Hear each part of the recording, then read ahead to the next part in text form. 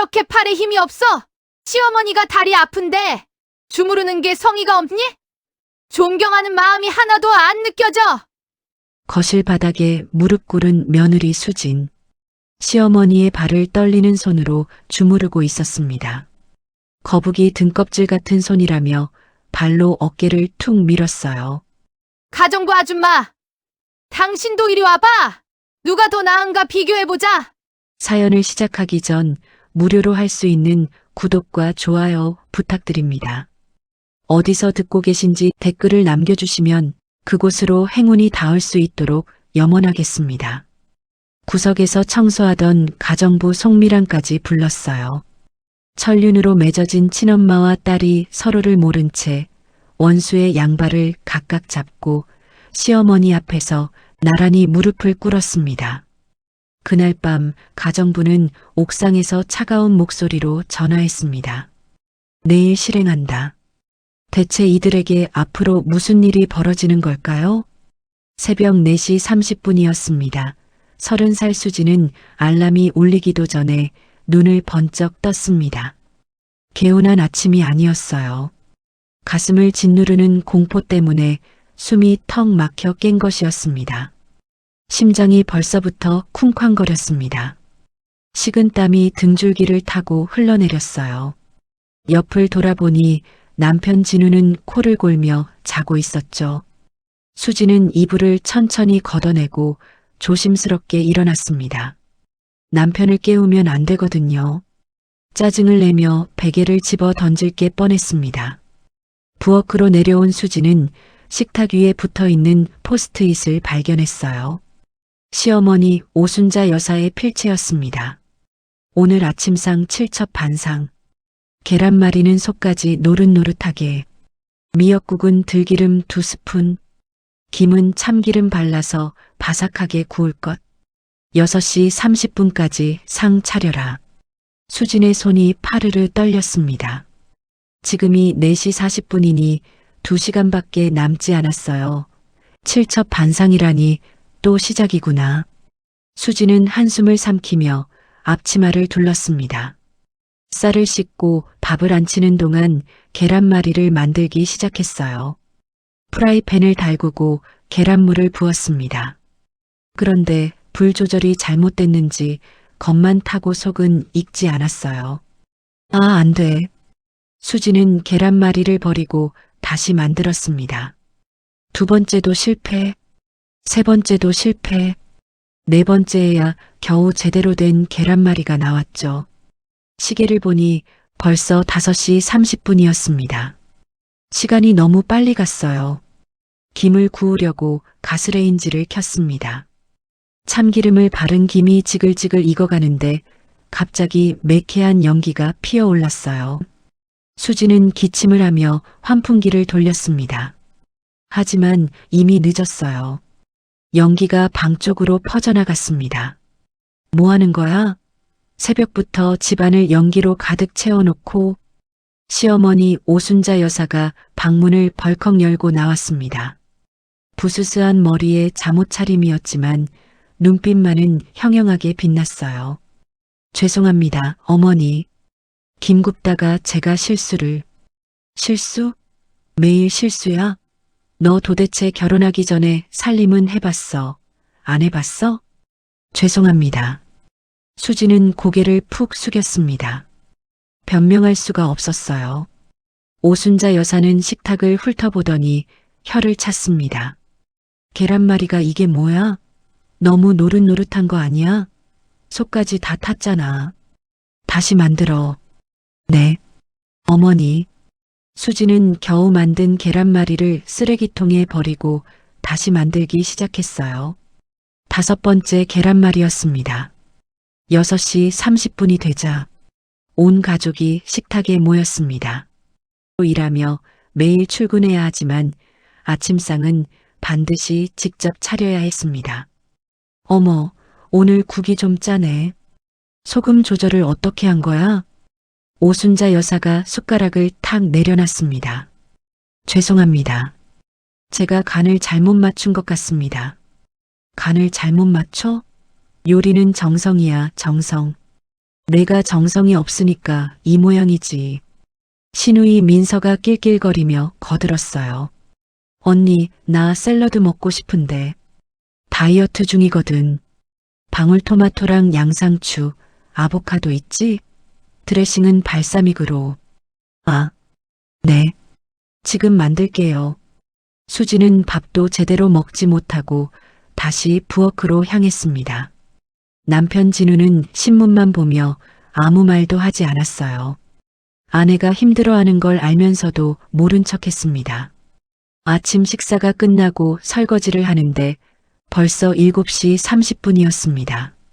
수지는 은행에 9시까지 출근해야 했어요. 서둘러 옷을 갈아입고 나왔습니다. 어머니, 저 출근합니다. 벌써? 설거지는 다 했어? 네, 다 했습니다. 그럼 가. 오늘 저녁은 LA 갈비로 준비해. 손님 오신다고 했잖아. 수진의 가슴이 철렁 내려앉았습니다. LA 갈비를 준비하려면 퇴근 후 마트에 들러야 했어요. 네, 알겠습니다. 은행에 도착한 수진은 창구에 앉아 손님을 맞이했습니다. 안녕하세요. 무엇을 도와드릴까요? 하지만 머릿속은 온통 저녁 준비 생각뿐이었어요. LA 갈비를 사려면 얼마나 들까? 최소한 3kg은 사야 하니까 8만 원쯤 들겠죠. 한 대리님, 정신 좀 차리세요. 손님이 기다리시잖아요. 지점장의 날카로운 목소리에 수지는 화들짝 놀랐습니다. 죄송합니다. 점심시간이었습니다. 동료들이 회식 이야기를 하고 있었어요. 수진아, 오늘 저녁 회식 오지? 이번에 신입 환영회인데. 미안해. 나 오늘 집안일이 있어서. 또, 수진아, 너 요즘 회식 한 번도 안 나오잖아. 팀워크가 중요한데. 정말 미안해. 다음엔 꼭 갈게. 동료들은 수군거리며 자리를 떠났습니다. 수지는 혼자 남아 컵라면으로 점심을 때웠어요. 회식에 불참하면서 생긴 불이익들이 점점 쌓이고 있었습니다. 승진에서 밀리고 중요한 프로젝트에서 제외되었죠. 하지만 어쩔 수 없었어요. 집에서 기다리는 시댁 식구들 때문에. 퇴근 후 수지는 마트로 향했습니다. LA 갈비 코너 앞에서 한참을 망설였어요. 3kg에 8만 원. 자신의 한 달 용돈보다 비쌌습니다. 하지만 사지 않으면 또 구박을 들을 게 뻔했어요. 이거 주세요. 계산을 마치고 집으로 향하는 수진의 발걸음은 무거웠습니다. 집에 도착하자 시어머니가 소파에 앉아 TV를 보고 있었어요. 왔어? 고기 샀어? 네, 어머니. 여기 있습니다. 어디 봐. 이야, 비싸게 샀네. 8만 원? 너 돈 관리 못하는 거 아니야? 죄송합니다. 수지는 부엌으로 들어가 고기를 손질하기 시작했습니다. 칼로 고기를 자르다가 그만 왼손 검지손가락을 베고 말았어요. 아, 피가 뿜어져 나왔습니다. 수지는 급히 손가락을 입에 물었어요. 그때 시어머니가 부엌으로 들어왔습니다. 야, 뭐 하는 거야? 피 나잖아. 죄송합니다. 제가 조심성이 없어서. 고기에 피 안 묻었지? 고기가 얼마짜린데. 오순자 여사는 수진의 다친 손가락이 아니라 고기만 걱정했습니다.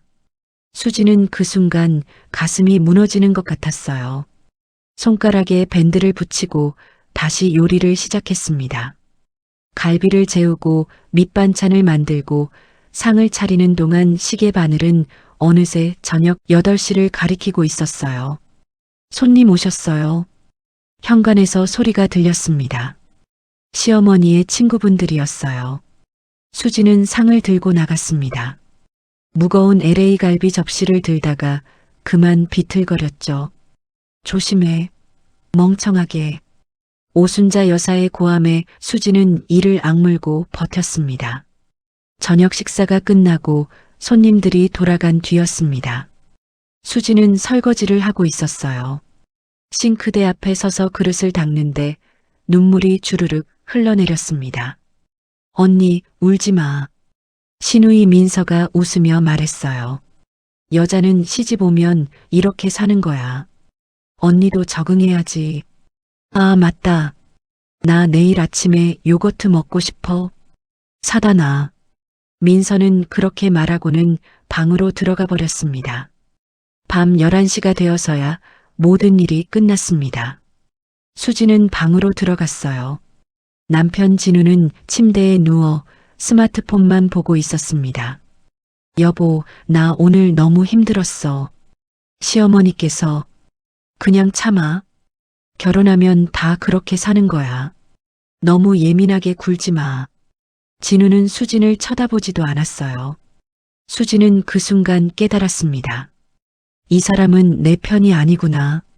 수진은 화장실로 들어가 변기 뚜껑을 닫고 그 위에 앉았습니다. 그리고 소리 죽여 울었어요. 이모. 이모가 그리워요. 이모라도 살아계셨으면. 어릴 적 엄마가 떠난 뒤 친엄마처럼 키워주신 이모님이 생각났습니다. 이모님께 연락이라도 드려야 하는데 요즘 통화도 못하고 있었죠. 수지는 핸드폰을 꺼내 이모님 번호를 눌렀습니다. 하지만 통화 버튼을 누르지 못했어요. 이모님께 걱정 끼치면 안 돼. 수지는 핸드폰을 도로 주머니에 넣었습니다. 그날 밤 수지는 꿈을 꿨습니다. 꿈속에서 누군가 자신의 손을 잡아주었어요. 따뜻하고 부드러운 손이었습니다. 수진아, 괜찮아. 곧 좋아질 거야. 그 목소리는 낯설면서도 그리웠습니다. 수지는 꿈속에서도 울고 있었어요. 다음 날 새벽 4시 30분 알람이 울렸습니다. 수지는 또다시 눈을 번쩍 떴어요. 지옥 같은 하루가 다시 시작되었습니다. 하지만 수지는 아직 몰랐습니다. 오늘 자신의 인생을 바꿀 누군가가 이 집 문을 두드리게 될 거라는 사실을요. 과연 수진에게는 어떤 일이 벌어질까요? 폭풍우가 몰아치던 어제 저녁의 기억이 채 가시기도 전이었습니다. 다음 날 아침 시어머니 오순자 여사는 식탁에 앉아 밥알을 새듯 깨작거렸습니다. 며느리 수진에게 일방적인 통보를 날렸죠. 며느리의 헬쑥한 얼굴이나 터진 손등 따위는 안중에도 없었어요. 오순자 여사의 목소리에는 서슬 퍼런 냉기만 가득했습니다. 예, 너 살림하는 꼬라지가 영 답답해서 내가 안 되겠다. 내일부터 파출부 아줌마 1명 오라고 했으니까 그리 알아라. 주 6일 근무고 청소랑 빨래, 요리까지 싹 다 시킬 거야. 월급은 200만 원 주기로 했으니까 네 월급에서 깔 거다. 알았니? 수지는 순간 귀를 의심했습니다. 자신의 월급을 고스란히 시댁 생활비로 쓰고 있는데 거기서 파출부 월급까지 제하겠다니요. 하지만 수지는 입술을 꾹 깨물며 고개를 끄덕일 수밖에 없었습니다. 차라리 돈을 더 내고서라도 이 지옥 같은 가사 노동에서 조금이라도 벗어날 수 있다면 그것만으로도 다행이라는 생각이 스쳤거든요. 네, 어머니. 알겠습니다. 수진의 대답은 힘이 없었습니다. 하지만 마음 한구석에서는 아주 작은 안도의 한숨이 새어나왔어요. 그러나 그때는 몰랐죠. 이 파출부의 등장이 이 집안을 송두리째 뒤흔들 거대한 태풍의 시작이 될 줄은 말이에요. 다음 날 새벽 5시가 되자 고요한 새벽 공기를 가르는 초인종 소리가 울려 퍼졌어요. 인터폰 화면에 비친 사람은 50대 초반쯤 되어 보이는 낯선 여성이었습니다. 현관문이 열리고 모습을 드러낸 그 여자는 충격적인 패션 감각을 자랑하고 있었어요. 눈이 시릴 정도로 쨍한 형광 분홍색 몸빼 바지, 촌스럽기 짝이 없는 뽀글거리는 파마 가발, 거기에 낡아 빠진 누비 조끼까지 영락없는 시골 장터의 억척스러운 아지매였습니다. 하지만 자세히 들여다보면 무언가 달랐어요. 허리는 대나무처럼 꼿꼿했고 가발 밑으로 보이는 눈빛은 먹잇감을 노리는 매처럼 형형하게 빛났습니다. 그녀가 바로 이 집안의 비밀을 품고 들어온 송미란, 올해 52세였습니다. 오순자 여사는 소파에 비스듬히 누워 새로운 파출부를 위아래로 훑어봤습니다. 마치 물건을 고르듯 건방진 태도였죠. 아줌마, 나이가 생각보다 좀 있네. 허리는 튼튼해. 우리 집이 워낙 넓어서 일이 보통 많은 게 아니야. 골골대면 곤란해. 송미라는 그 모욕적인 시선을 묵묵히 받아내며 허리를 숙였습니다. 힘쓰는 건 자신 있습니다. 사모님. 맡겨만 주십시오. 그래, 뭐 말은 잘하네. 우리 집 규칙은 간단해. 거실이랑 화장실 3개, 방 4개는 매일 아침 먼지 한 톨 없이 닦아야 하고, 세탁기는 절대 안 써. 속옷부터 양말, 이불복까지 무조건 손빨래야. 알겠어? 요즘 세상에 이불복까지 손빨래라니. 명백한 갑질이자 횡포였습니다. 하지만 송미라는 눈 하나 깜짝하지 않고 대답했습니다. 오히려 한술 더 떠 오순자 여사의 귀가 솔깃할 제안을 던졌죠. 네, 명심하겠습니다. 그리고 사모님, 제가 지금 목돈이 좀 급해서 그러는데요. 급여는 시세보다 20% 정도 싸게 해주시면 됩니다. 대신 오래만 일하게 해주세요. 돈이라면 자다가도 벌떡 일어나는 오순자 여사의 입가에 비릿한 미소가 번졌습니다. 싼값에 부려먹을 수 있는 일꾼이라니 굴러들어온 복덩이라고 생각했을 거예요. 어머, 그래요? 호호, 아줌마가 눈치가 좀 있네. 맘에 들어. 그래, 오늘부터 당장 일해봐. 새벽 5시까지 출근하는 거 잊지 말고. 그렇게 면접 아닌 면접이 끝났습니다. 송미란이 부엌으로 들어서던 찰나였습니다. 출근 준비를 하러 비틀거리며 나오던 며느리 수진과 마주쳤어요.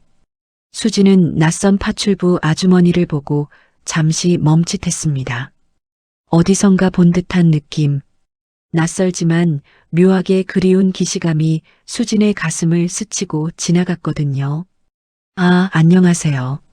새로 오신 도우미 아주머니세요? 수진이 예의 바르게 인사를 건네자 송미란의 심장이 쿵 하고 내려앉았습니다. 25년 만이었습니다. 꿈에서도 그리던 내 딸, 내 핏줄을 이렇게 코앞에서 마주하게 될 줄이야. 송미란의 시선이 수진의 얼굴에 머물렀습니다. 뼈만 앙상하게 남은 손목, 며칠 밤을 새운 듯 퀭한 눈동자, 그리고 무엇보다 그녀의 가슴을 후벼 판 건 수진의 손등이었어요. 기름에 대어 붉게 부어오른 화상 자국, 손가락 마디마디에 덕지덕지 감긴 낡은 반창고들. 송미라는 당장이라도 수진을 와락 끌어안고 내 딸아, 내가 왔다라고 오열하고 싶었습니다. 목구멍까지 차오른 울음을 삼키느라 그녀의 턱이 미세하게 떨려왔죠. 하지만 지금은 때가 아니었습니다. 수진이는 갓난아기 때 헤어졌기 때문에 엄마 얼굴을 전혀 기억하지 못했습니다. 송미란도 수진이가 어떻게 자랐는지 몰랐죠. 서로를 알아볼 수 없는 안타까운 상황이었습니다. 송미란은 주먹을 꽉 쥐어 손톱이 손바닥을 파고들게 하며 마음을 다잡았어요. 네, 안녕하세요, 며느님. 오늘부터 일하게 된 사람입니다. 잘 부탁드립니다. 떨리는 목소리를 최대한 감추며 송미란은 고개를 깊이 숙였습니다. 수진이 부엌을 빠져나가자마자 송미란은 쓰레기를 버리는 척하며 급히 현관 밖으로 몸을 피했어요. 골목 어귀에는 검은색 고급 수입차 마이바흐 한 대가 은밀하게 대기하고 있었습니다. 차 창문이 내려가고 말끔한 정장을 입은 김 비서가 송미란을 향해 고개를 끄덕였어요. 회장님, 괜찮으십니까? 송미란은 차 뒷좌석에 잠시 몸을 기대며 참았던 눈물을 닦아냈습니다. 그녀의 눈매는 방금 전에 순박한 파출부와는 전혀 다른 날카롭고 서늘한 기운을 뿜어내고 있었어요. 김 비서, 내 딸 맞네. 눈매가 나를 쏙 빼닮았어. 근데 애가 꼴이 말이 아니야. 뼈만 남았어. 그녀의 목소리가 물기에 젖어 흐느낌으로 변했습니다. 저 지독한 인간들이 내 귀한 딸을 식모처럼 부려먹고 있었어. 손등이 다 터져서. 세상에. 송미라는 과거를 회상했습니다. 25년 전 남편의 사업부도로 빚쟁이들에게 쫓길 때 시댁 식구들은 그녀를 모함하고 빈손으로 쫓아냈었죠. 젖먹이 딸 수진까지 빼앗긴 채 거리로 내몰렸던 그녀는 이를 악물고 밑바닥부터 기어올랐습니다. 식당 설거지부터 시작해 악착같이 돈을 모았어요. 타고난 사업 수완으로 부동산 시장을 휩쓸며 지금의 미란그룹 회장이 되었던 겁니다. 10년이 넘도록 사설 탐정까지 고용해 딸을 찾으려 헤맸지만 시댁이 수진의 이름까지 바꾸고 이사를 다니며 꽁꽁 숨겨둔 탓에 찾을 수가 없었습니다. 그러다 최근 은행 신용조회를 하던 중 우연히 수진의 결혼 사실과 시댁 주소를 알아내게 된 것이었죠. 조금만 참아라, 수진아. 엄마가 내 눈에서 흐른 눈물, 저 사람들 피눈물로 갚아줄게. 송미라는 다시 촌스러운 몸빼 바지를 축혀 올리고 전장과도 같은 그 집으로 들어갔습니다. 다시 시작된 오순자 여사의 갑질은 상상을 초월했습니다. 거실 바닥에 무릎을 꿇고 걸레질을 하는 송미란의 등 뒤로 오순자 여사의 날카로운 지적질이 비수처럼 꽂혔어요. 아줌마, 저기 소파 밑에 먼지 그대로잖아. 눈이 삐었어? 제대로 안 닦아? 돈 받았으면 밥값은 해야지. 송미라는 묵묵히 죄송합니다를 연발하며 다시 걸레를 들었습니다. 하지만 그녀의 눈빛만은 바닥의 먼지가 아닌 오순자 여사의 발목을 노리는 맹수처럼 번뜩이고 있었죠. 점심시간이 되자 서러움은 극에 달했습니다. 식탁 위에는 윤기가 흐르는 쌀밥과 고기 반찬이 가득했지만 그건 송미란의 몫이 아니었어요. 아줌마는 냄새나니까 저기 베란다 나가서 먹어. 식탁은 가족끼리 밥 먹는 신성한 곳이야. 어딜 감히 겸상을 하려고 해. 오순자 여사는 마치 더러운 벌레를 보듯 손을 휘저었습니다. 송미라는 아무 말 없이 식판을 들고 베란다로 나갔어요. 한겨울 찬 바람이 숭숭 들어오는 베란다 타일 바닥. 송미라는 신문지 한 장을 깔고 그 위에 쭈그리고 앉았습니다. 찬밥 덩어리에 쉰 김치 몇 조각이 전부인 초라한 점심이었죠.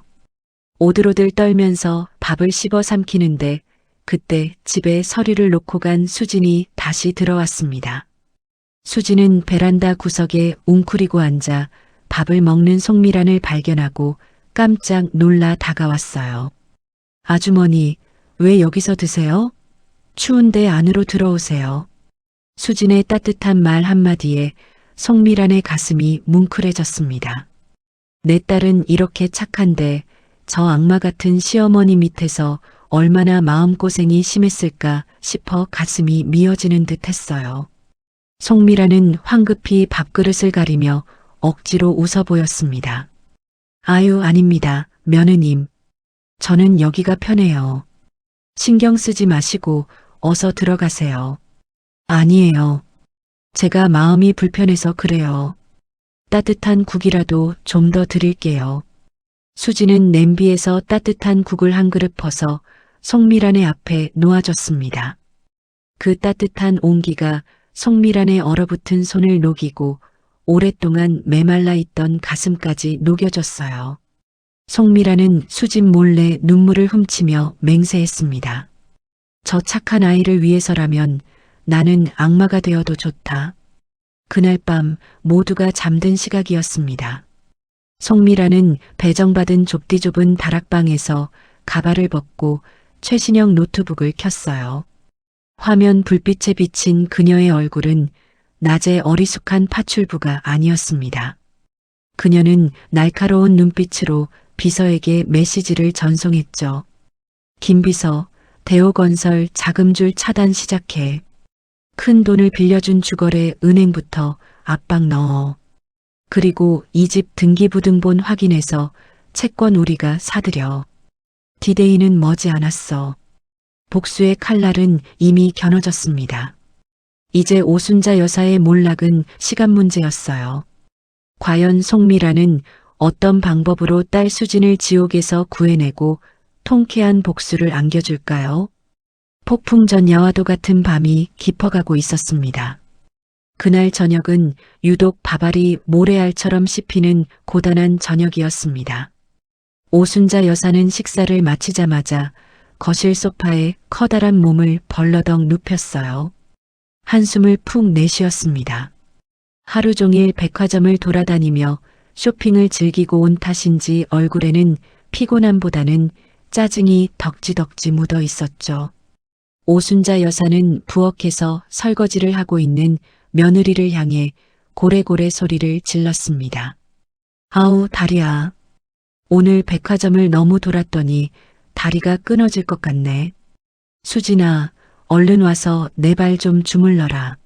수진은 설거지하던 고무장갑을 허둥지둥 벗어 던졌습니다. 손에 묻은 물기를 미처 닦지도 못한 채 젖은 손을 앞치마에 대충 문지르며 거실로 달려나갔어요. 그리고는 습관처럼 시어머니가 누워있는 소파 아래 바닥에 무릎을 꿇었습니다. 네, 어머니. 수지는 오순자 여사의 퉁퉁 부은 발을 자신의 허벅지 위에 조심스럽게 올려놨습니다. 그러자 오순자 여사는 기다렸다는 듯 며느리의 얼굴 앞까지 발을 들이밀었어요. 코를 찌르는 발 냄새가 훅 끼쳐왔지만 수지는 숨을 참으며 묵묵히 시어머니의 발바닥을 꾹꾹 눌렀습니다. 하지만 오순자 여사의 심술은 거기서 끝이 아니었죠. 아우야, 내 손은 무슨 거북이 등껍질이냐? 왜 이렇게 거칠어? 살이 닿을 때마다 따가워서 원. 살살 좀 못하니? 힘 조절이 안 돼. 오순자 여사는 발로 수진의 어깨를 툭 밀며 타박을 줬습니다. 수진의 손이 거칠어진 건 하루도 쉬지 않고 이 집안의 꾸준히 일을 도맡아 했기 때문인데 시어머니는 그 상처조차 흉이라며 트집을 잡고 있었습니다. 수진은 입술을 깨물며 고개를 숙였어요. 그때 오순자 여사의 눈길이 구석에서 걸레질하고 있던 송미란에게 꽂혔습니다. 아줌마, 당신도 이리 와봐. 내 반대쪽 다리 좀 주물러봐. 당신도 한번 해봐. 누가 더 낫나 비교 좀 해보자. 송미란은 걸레를 내려놓고 천천히 몸을 일으켰습니다. 그녀의 눈빛이 순간 흔들렸어요.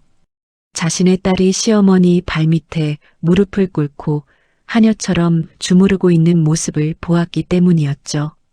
피가 거꾸로 솟구치는 것 같았지만 송미라는 끓어오르는 분노를 억누르며 수진의 옆에 나란히 무릎을 꿇었습니다. 네, 사모님. 제가 해드리겠습니다. 세상에 이런 비극이 또 있을까요?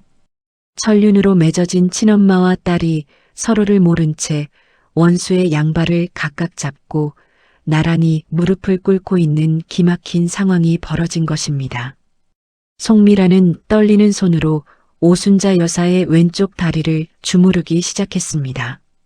속에서는 천불이 났지만 손길만은 지극정성인 척 연기를 해야만 했어요.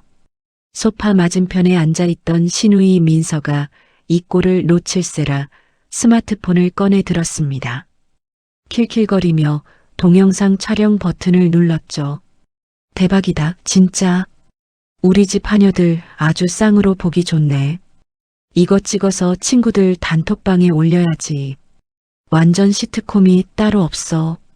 민서의 비웃음 소리가 거실을 가득 채웠지만 오순자 여사는 말리기는커녕 오히려 더 신이 난 듯 했습니다. 눈을 지그시 감고 두 사람의 손길을 비교하더니 이내 혀를 끌끌 차며 며느리에게 독설을 퍼부었어요. 어우야, 확실히 아줌마 손길이 훨씬 낫네. 수진이, 넌 손맛이 왜 이렇게 없니? 역시 엄마 없이 자란 애들은 섬세함이 없어. 보고 배운 게 없으니 원, 투박해서 쓰겠냐고. 또다시 엄마 이야기를 꺼내며 가슴을 후벼 파는 패륜적인 발언이었습니다. 수진의 고개가 푹 숙여졌어요. 송미라는 수진을 모욕하는 그 말에 순간 손이 멈칫했습니다. 주먹을 꽉 쥐어 오순자 여사의 발목을 그대로 비틀어버리고 싶은 충동이 일었지만 이를 악물고 참아냈죠. 감히 내 딸에게. 송미라는 속으로 피눈물을 흘리며 다짐하고 또 다짐했습니다. 이 발 반드시 내 발밑에 무릎 꿇리게 해주마. 수지는 서러움에 눈시울이 붉어졌습니다. 참아보려 애썼지만 툭 하고 떨어진 눈물 한 방울이 그만 오순자 여사의 발등에 떨어지고 말았어요. 오순자 여사는 기겁을 하며 소리를 질렀습니다. 야, 재수없게 왜 울어? 더러워 죽겠네, 정말. 당장 나가. 꼴 보기 싫어. 죄송합니다. 수지는 도망치듯 화장실로 뛰어들어갔습니다. 변기 뚜껑을 닫고 그 위에 주저앉아 소리 죽여 오열했어요. 어깨가 심하게 들썩거릴 정도로 서러운 울음이었죠. 송미라는 당장이라도 딸을 따라가 달래주고 싶었지만 오순자 여사가 그녀를 붙잡았습니다. 아줌마는 어디가? 계속해. 30분 꽉 채워야 시원하단 말이야. 송미라는 억장이 무너지는 심정으로 혼자 30분 동안 오순자 여사의 발을 주물러야 했습니다. 민서는 화장실 쪽을 힐끔 보더니 나가는 길에 송미란의 머리를 툭 치며 한마디 거들었어요. 아줌마, 머리 냄새 나요. 샴푸 좀 싼 거 쓰나 봐.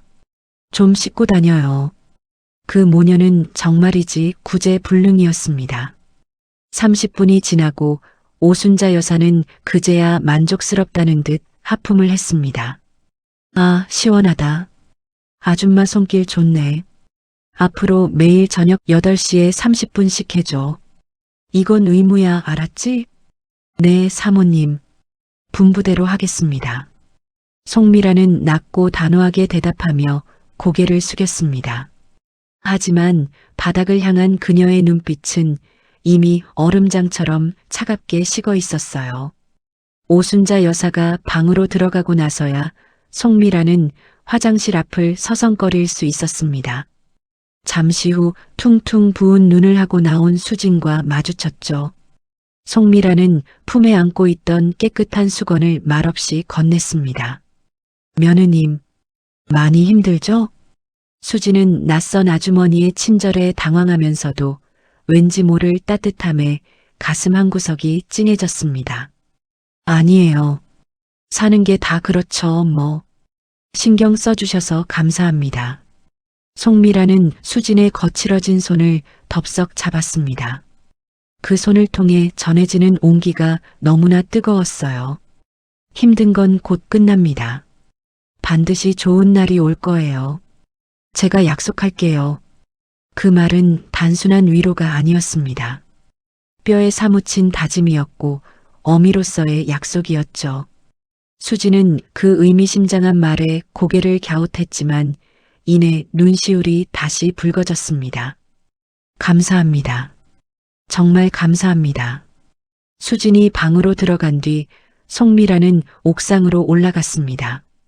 밤 12시 서울의 야경이 내려다 보이는 차가운 옥상 난간에 서서 그녀는 어딘가로 전화를 걸었어요. 김비서, 대호건설 부도 처리 확실하게 준비해. 큰 돈을 빌려준 은행들한테 압박 넣어. 그리고 서초동 빌라 채권 매입 완료해. 디데이 잡는다. 수화기 너머로 알겠습니다는 대답이 들려왔습니다. 전화를 끊은 송미라는 서울의 밤하늘을 올려다보며 차갑게 중얼거렸습니다. 내 딸 눈에서 피눈물 나게 한 데가 니들 피로 갚아주겠어. 그녀의 눈빛은 더 이상 자애로운 어머니의 눈빛이 아니었습니다. 복수의 화신이 된 송미란의 진짜 모습이 드러나는 순간이었죠. 과연 이 지옥 같은 집구석에 어떤 파란이 몰아치게 될까요? 다음 이야기가 궁금해 잠 못 이루실 겁니다. 새벽 2시였습니다. 칠흑 같은 어둠 속에서 수진의 휴대폰 벨소리가 요란하게 울렸어요. 잠결에 받은 전화기 너머로 들려온 소식은 청천벽력과도 같은 비보였습니다. 수진아, 이모가. 우리 언니가 방금 숨을 거두셨다. 수진은 그 자리에 힘없이 주저앉고 말았습니다. 엄마가 떠나고 난 뒤 핏덩이 같은 자신을 거두어 친딸처럼 키워준 이모였어요. 졸업식 때마다 꽃다발을 들고 찾아와 주었고 시집갈 때도 남들 보기 초라하면 안 된다며 쌈짓돈을 털어 혼수를 마련해 주셨죠. 수진에게는 엄마이자 하늘 같은 분이었습니다. 수진은 입을 틀어막고 끄끄거리며 오열했습니다. 하지만 옆에서 자던 남편 진우는 시끄럽다는 듯 이불을 머리끝까지 뒤집어 쓰고 짜증 섞인 잠꼬대만 내뱉을 뿐이었어요.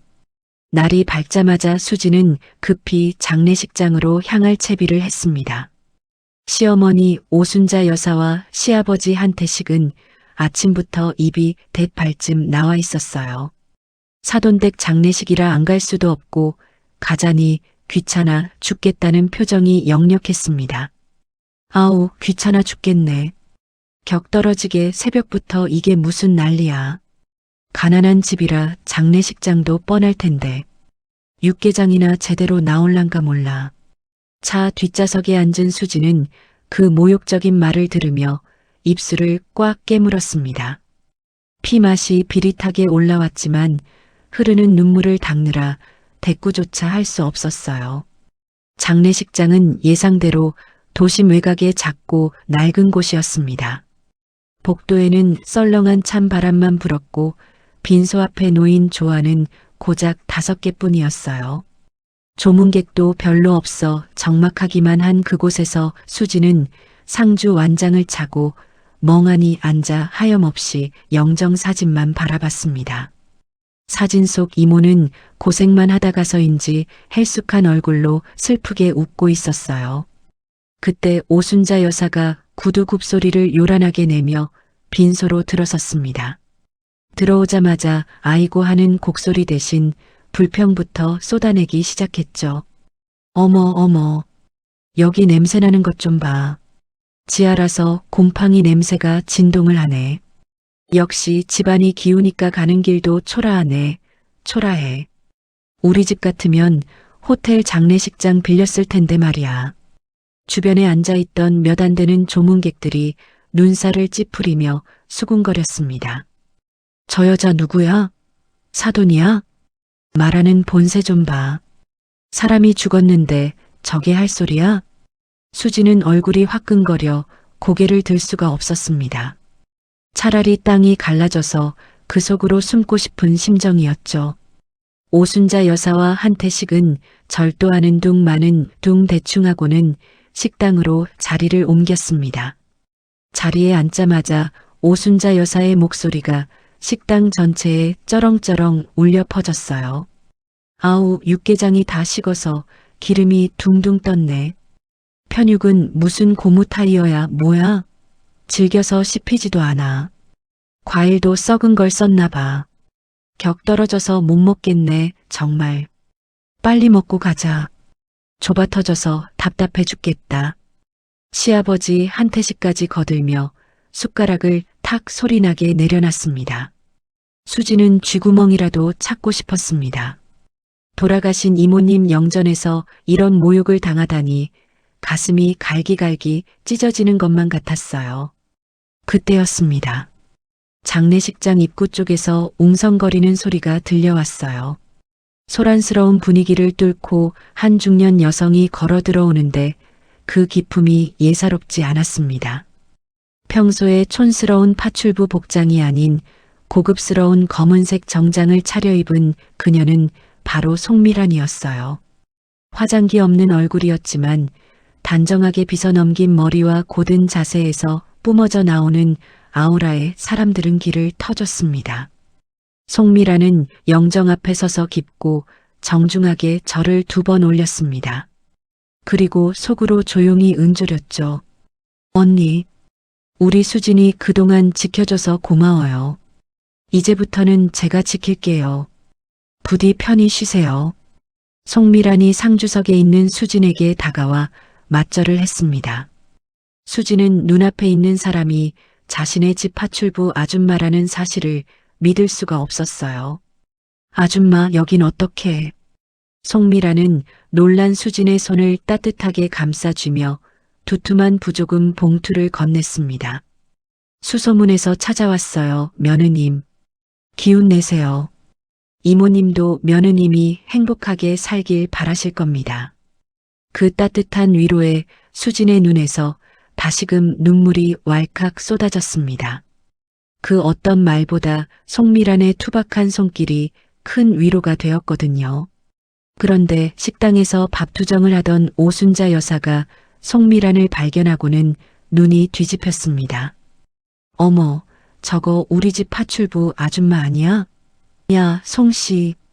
오순자 여사는 먹던 숟가락을 집어 던지고 득달같이 달려왔습니다.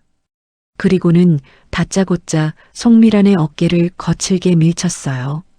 네가 여기가 어디라고 와? 일 안 하고 농땡이 치고 돌아다녀. 아주 팔자가 늘어졌네, 늘어졌어. 감히 가정부 주제에 상전이랑 맘먹으려 들어? 당장 안 나가? 순식간에 장례식장은 아수라장이 되었습니다. 조문객들이 모두 일어나 이 기막힌 상황을 지켜봤어요. 세상에, 저 여자 진짜 못됐네. 가정부라고 저렇게 막대해도 되는 거야?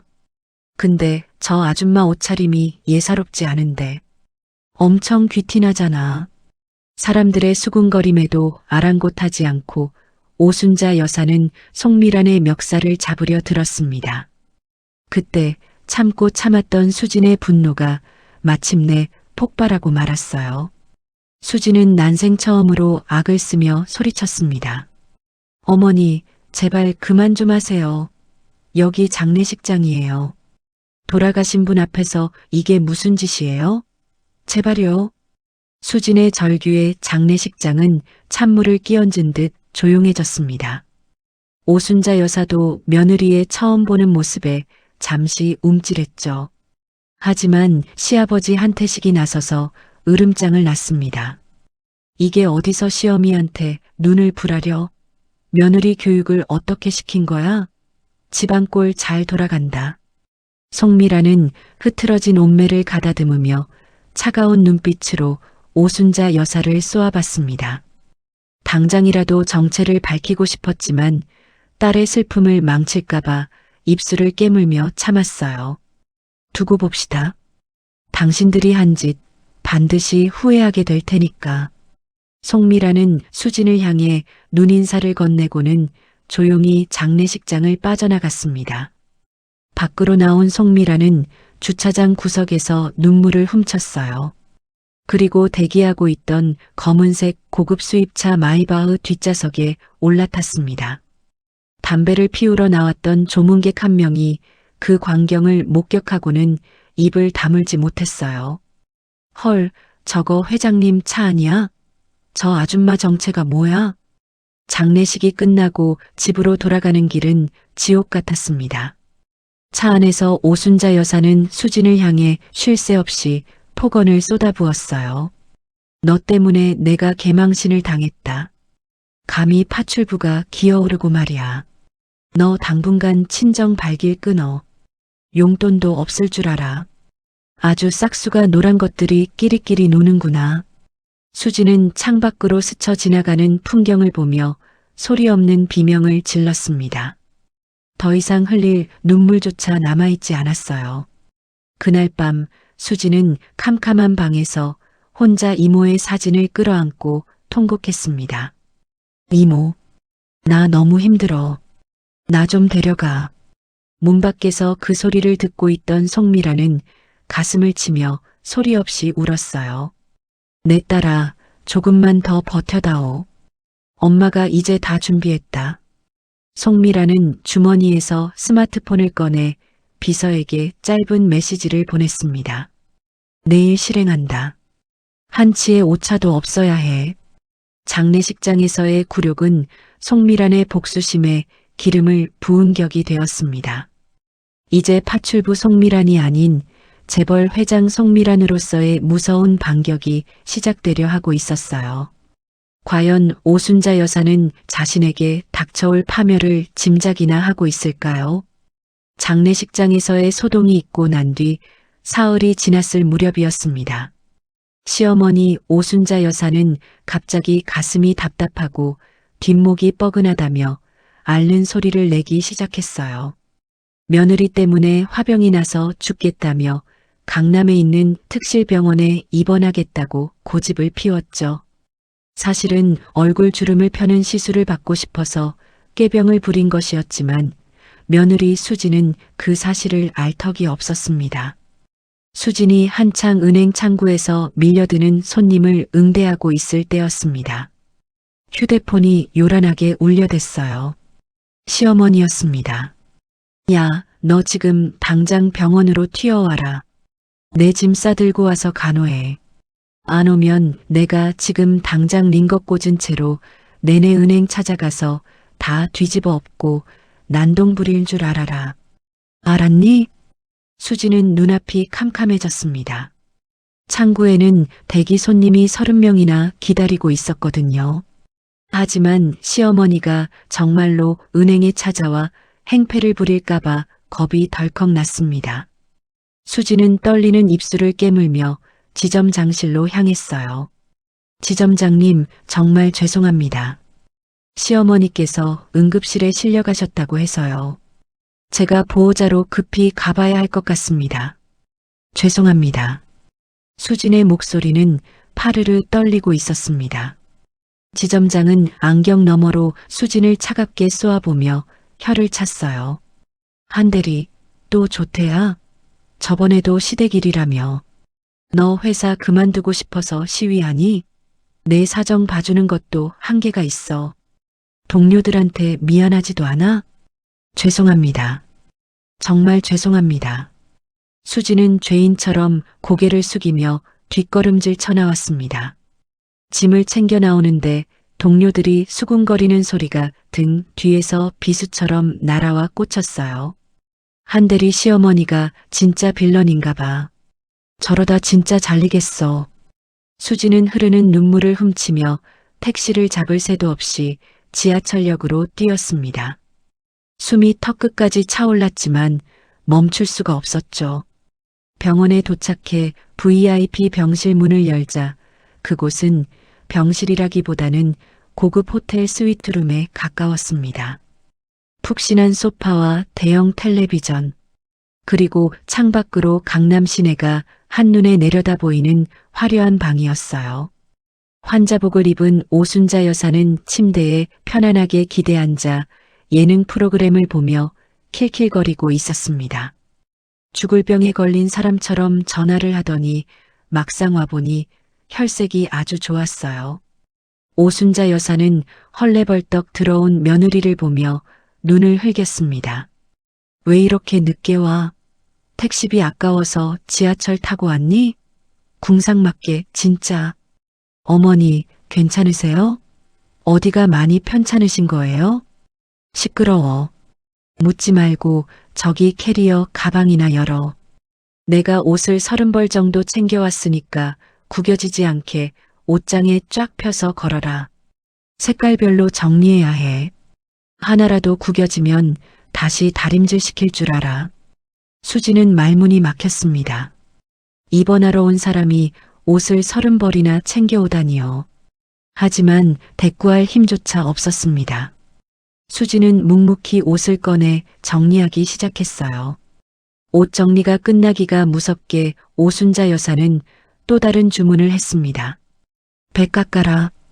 껍질 끊기지 않게 얇게 깎아. 두껍게 깎아서 살점 다 날리면 다시 깎게 할 거야. 수지는 과도를 쥐고 배를 깎기 시작했습니다. 손이 떨려서 껍질이 자꾸만 끊어질 것 같았어요. 오순자 여사는 며느리가 깎은 배를 하나 집어먹더니 퇴하고 뱉어냈습니다. 아우, 맛없어. 너는 과일 고르는 눈도 없니? 됐다, 치워라. 야, 근데 바닥에 머리카락 떨어진 거 안 보이니? 찝찝해서 못 살겠네. 아줌마 오라고 해. 송씨 아줌마 불러서 청소시키란 말이야. 결국 집에서 쉬고 있던 송미란까지 병원으로 호출되었습니다.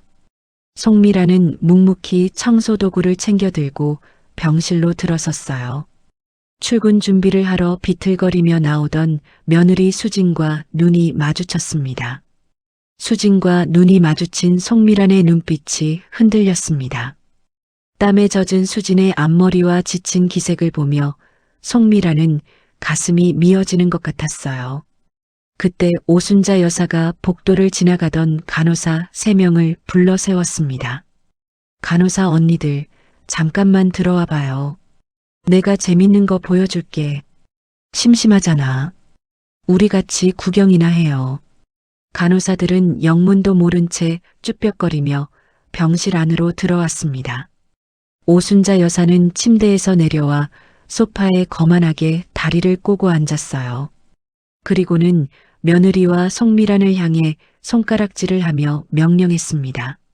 너희 둘, 저기 나란히 무릎 꿇어. 오늘은 발 마사지 시합을 할 거야. 누가 더 시원하게 하는지 여기 간호사 언니들이 심사해 줄 거야. 이긴 사람한테는 내가 팁으로 10,000원 줄게. 병실 안에는 정적이 감돌았습니다. 간호사들도 당황하여 서로의 얼굴만 쳐다볼 뿐이었어요. 사모님, 이러시면 곤란합니다. 저희는 바빠서. 아우, 시끄러워. 내가 이 병원 VIP야. 내 말 안 들으면 원장한테 일러 바칠 거야. 오순자 여사의 으름장에 간호사들은 어쩔 수 없이 고개를 숙이고 서 있어야만 했습니다. 수진과 송미라는 치욕스러움을 무릅쓰고 바닥에 무릎을 꿇었어요. 수진의 얼굴이 홍당무처럼 붉게 달아올랐습니다. 회사 동료들이 알까봐, 남들이 볼까봐 너무나 창피하고 수치스러웠죠. 자, 시작해. 빨리 안 하고 뭐해? 오순자 여사의 호령에 수진과 송미라는 오순자 여사의 양발을 하나씩 잡고 주무르기 시작했습니다. 오순자 여사는 마치 왕비라도 된 것처럼 깔깔거리며 웃어댔어요. 하하, 봐봐. 우리 며느리는 손맛이 영 꽝이라니까. 이 아줌마는 그나마 좀 낫네. 며느리가 파출부보다 못해서 원, 밥값이나 하겠어. 그 비웃음 소리가 수진의 가슴을 난도질했습니다. 수진의 눈에서 굵은 눈물방울이 뚝뚝 떨어져 바닥을 적셨어요. 간호사들도 차마 눈 뜨고 볼 수 없다는 듯 고개를 돌렸습니다. 그때였습니다. 병실 문을 똑똑 두드리는 소리가 나더니 하얀 가운을 입은 중년의 남자가 들어왔어요. 이 병원의 병원장이었습니다. 회진 돌 시간입니다. 환자분. 불편하신 데는 없으십니까?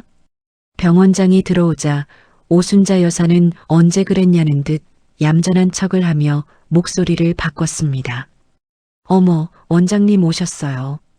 제가 가슴이 너무 답답해서요. 그런데 병원장의 시선이 바닥에 무릎 꿇고 있는 송미란에게 꽂혔습니다. 병원장의 눈동자가 지진이라도 난 듯 흔들렸어요. 그는 자신의 눈을 의심하며 뒷걸음질을 쳤습니다. 회장님? 이 병원 건물의 진짜 주인. 바로 송미란 회장이 그곳에 무릎을 꿇고 있었기 때문이었습니다. 병원장은 너무 놀라 입을 다물지 못했어요. 송미란은 촌스러운 가발을 쓰고 있었지만 그녀의 날카로운 눈빛만은 숨길 수 없었습니다. 오순자 여사가 의아한 표정으로 물었습니다. 원장님 아는 사람이세요? 위기의 순간이었습니다. 송미란은 병원장을 향해 검지손가락을 입술에 대며 조용히 쉬타는 신호를 보냈어요. 병원장은 등줄기에 식은땀이 흐르는 것을 느끼며 급히 말을 돌렸습니다. 아닙니다. 워낙 흔한 인상이라 제가 다른 분과 착각했습니다. 죄송합니다. 병원장은 도망치듯 병실을 빠져나갔습니다.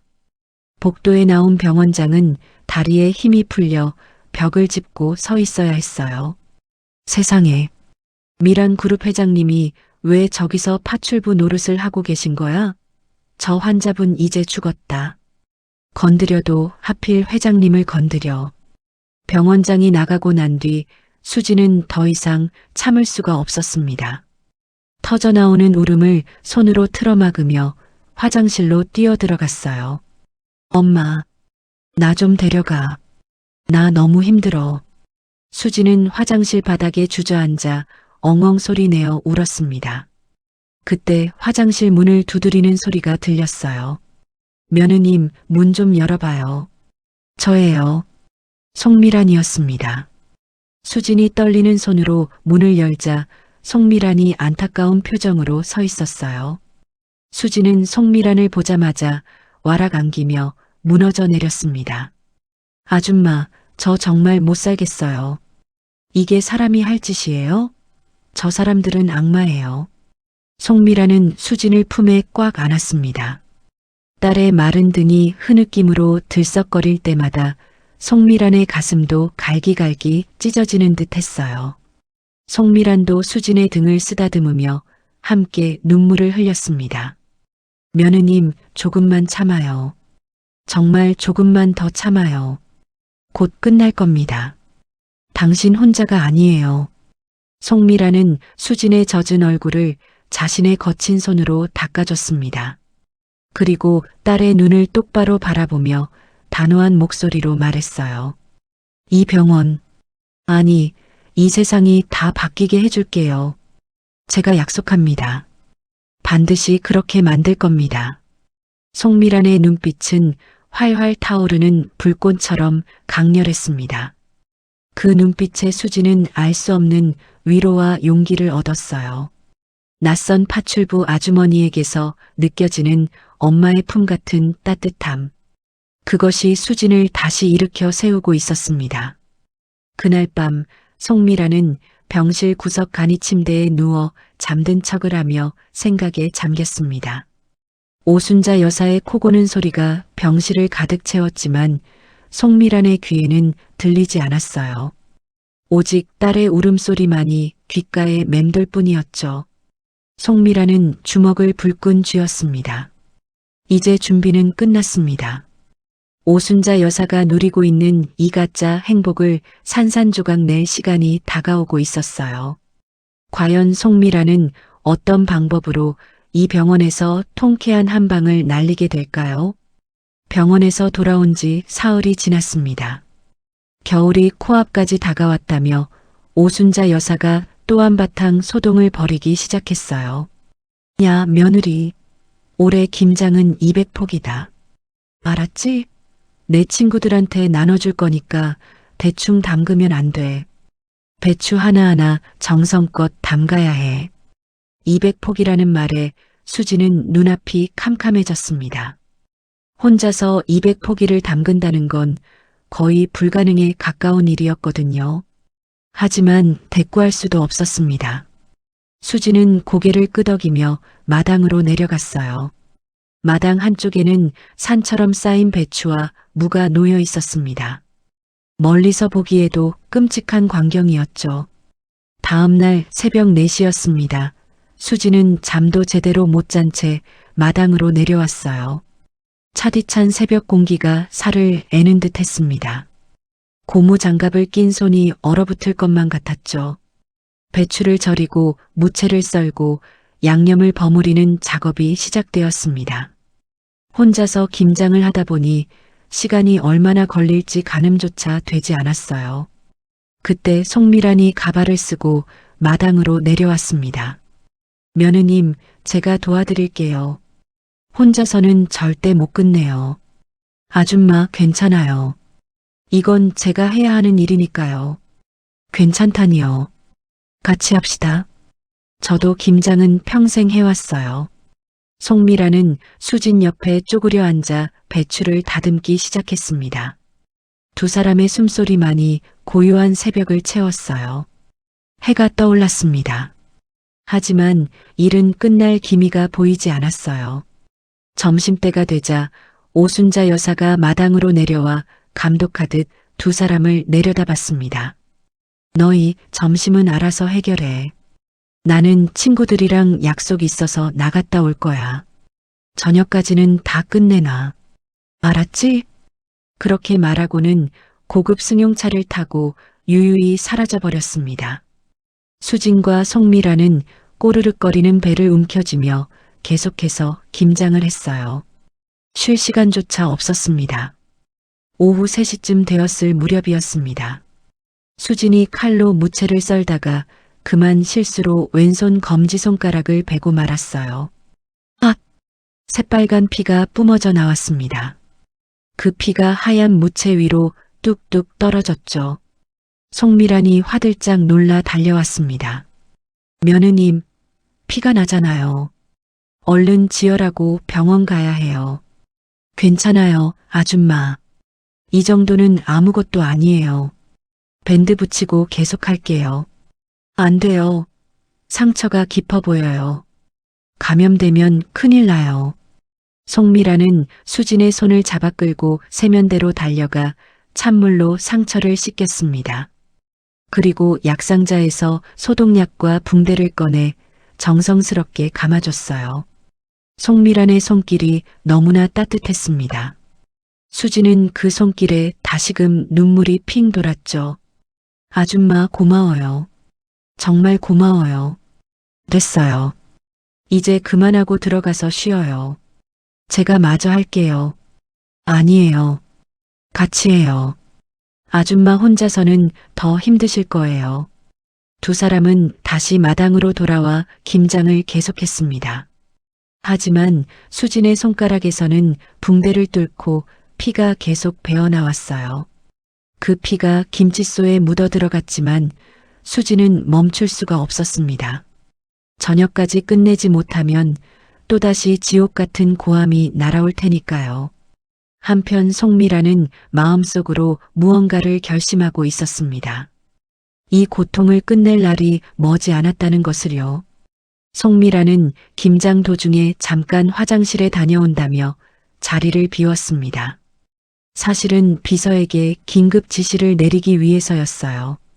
내일 아침 9시 대호건설 주거래 은행에 압박 넣어. 큰 돈을 빌려준 은행부터 돈 회수하라고 해. 법원에 부도 신청 들어가게 조치해. 그리고 한태식 명의 서초동 빌라 강제로 빼앗는 압류 들어가게 준비해. 알겠습니다, 회장님. 내일 아침이면 모든 게 끝납니다. 전화를 끄는 송미란의 눈빛은 차가운 얼음처럼 냉랭했습니다. 저녁 7시가 되어서야 겨우 김장이 마무리되었습니다. 200포기의 김치가 독에 담겨 마당 한쪽에 줄지어 놓였어요. 수진과 송미라는 마당 바닥에 그대로 주저앉았습니다. 온몸이 쑤시고 허리는 끊어질 것만 같았죠. 그때 집 앞에 승용차가 멈춰섰습니다. 오순자 여사가 쇼핑백을 한가득 들고 내렸어요. 어머, 끝났네. 다행이다. 야, 송씨. 나 배고파. 밥 차려.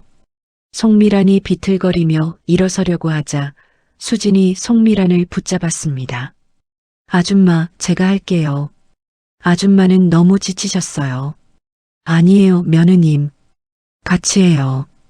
두 사람은 부축하며 부엌으로 들어갔습니다. 그런데 놀라운 일이 벌어졌어요. 냉장고 안에 고급 스테이크와 큰 바닷가재 랍스터, 그리고 귀한 송로버섯 기름인 트러플 오일까지 가득 들어있는 것이 아니겠어요. 이게 뭐예요? 수진이 깜짝 놀라 물었습니다. 송미란이 태연하게 대답했어요. 제가 오늘 아침 일찍 마트 갔다가 할인하길래 좀 샀어요. 며느님, 힘든 날이니까 맛있는 거 드세요. 아줌마, 이거 엄청 비싼 건데요. 괜찮으세요? 괜찮아요. 제가 사모님 몰래 용돈 좀 모아뒀거든요. 오늘만큼은 며느님이 맛있는 거 드셔야 해요. 송미라는 수진을 위해 정성껏 스테이크를 굽고 샐러드를 만들었습니다. 랍스터도 삶아 예쁘게 플레이팅했어요. 접시에 담긴 음식은 마치 레스토랑에서나 볼 법한 근사한 요리였습니다. 자, 드세요. 맛있을 거예요. 수진은 포크를 들었습니다. 입에 들어가는 순간 눈물이 핑 돌았어요. 너무나 맛있었고 너무나 따뜻했습니다. 고마워요, 아줌마. 정말 고마워요. 그런데 바로 그때였습니다. 거실에서 오순자 여사의 고함이 터져 나왔어요. 아, 송씨, 한수진, 너희 지금 뭐 하는 거야? 오순자 여사가 부엌으로 쿵쿵거리며 들어왔습니다. 그리고 수진의 접시를 보더니 눈이 뒤집혔어요. 야, 이게 뭐야? 감히 며느리 주제에 스테이크를 먹어? 파출부 주제에 랍스터를 사? 누가 허락했어? 오순자 여사는 수진의 접시를 낚아채더니 그대로 쓰레기통에 와장창 쏟아부었습니다. 스테이크와 랍스터가 음식물 쓰레기 위로 떨어졌어요. 너희 같은 하인들이 감히 이런 걸 먹어? 돈 아깝게. 내일부터 너희는 된장찌개에 밥만 먹어. 알았어? 수지는 그 광경을 보며 주먹을 불끈 쥐었습니다. 분노가 치밀어 올랐지만 꾹 참아야만 했어요. 송미란도 가만히 그 모습을 지켜봤습니다. 얼굴에는 아무런 표정이 없었지만 눈빛만은 섬뜩할 정도로 차가웠죠. 내일이면 당신은 이 음식이 먹고 싶어도 먹을 수 없게 될 겁니다. 송미라는 속으로 조용히 음조렸습니다. 그날 밤 수지는 방에 들어가 베개를 끌어안고 또다시 울었습니다. 김장하느라 손가락이 쑤시고 배는 고팠지만 밥을 먹을 수도 없었어요. 고작 얻어먹은 거라곤 식은 라면, 국물 한 그릇뿐이었습니다. 문 앞에서 그 울음소리를 듣던 송미란의 눈에서도 눈물이 주르륵 흘러내렸어요. 내 딸아, 조금만 더 참아다오. 내일이면 끝이야. 내일이면 엄마가 다 끝낼 거야. 송미란은 주머니에서 스마트폰을 꺼냈습니다. 그리고 비서에게 마지막 메시지를 보냈어요. 내일 오전 10시 정체를 밝힌다. 모든 준비 완료하라. 네, 회장님. 한편 그 시각 오순자 여사는 거실 소파에 드러누워 TV를 보며 킬킬거리고 있었습니다. 냉장고에서 꺼낸 고급 와인을 홀짝이며 과자를 집어먹는 모습은 여왕 그 자체였어요. 며느리 교육은 확실하게 해야 해. 저것들이 주인과 하인의 구분을 확실히 알아야지. 크크. 오순자 여사는 자신에게 닥쳐올 파멸을 꿈에도 몰랐습니다. 내일이면 자신의 세계가 송두리째 무너질 거라는 사실을요. 과연 송미라는 어떤 방식으로 정체를 드러내게 될까요? 그리고 오순자 여사에게는 어떤 운명이 기다리고 있을까요? 다음 날 아침이었습니다. 오순자 여사는 기분이 좋았는지 아침부터 콧노래를 흥얼거렸어요.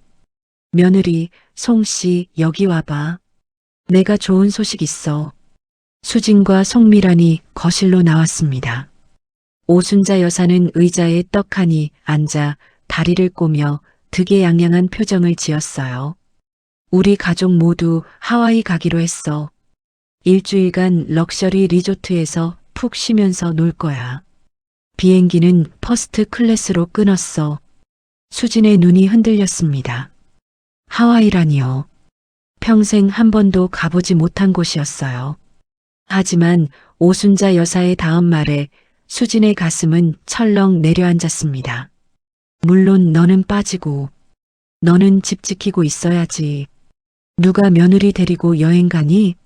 송 씨도 집 보고 있어. 수진은 아무 말도 할 수 없었습니다. 예상했던 일이었지만 직접 들으니 가슴이 찢어지는 것 같았어요. 이튿날 아침 오순자 여사 가족은 캐리어를 가득 싸서 집을 나섰습니다.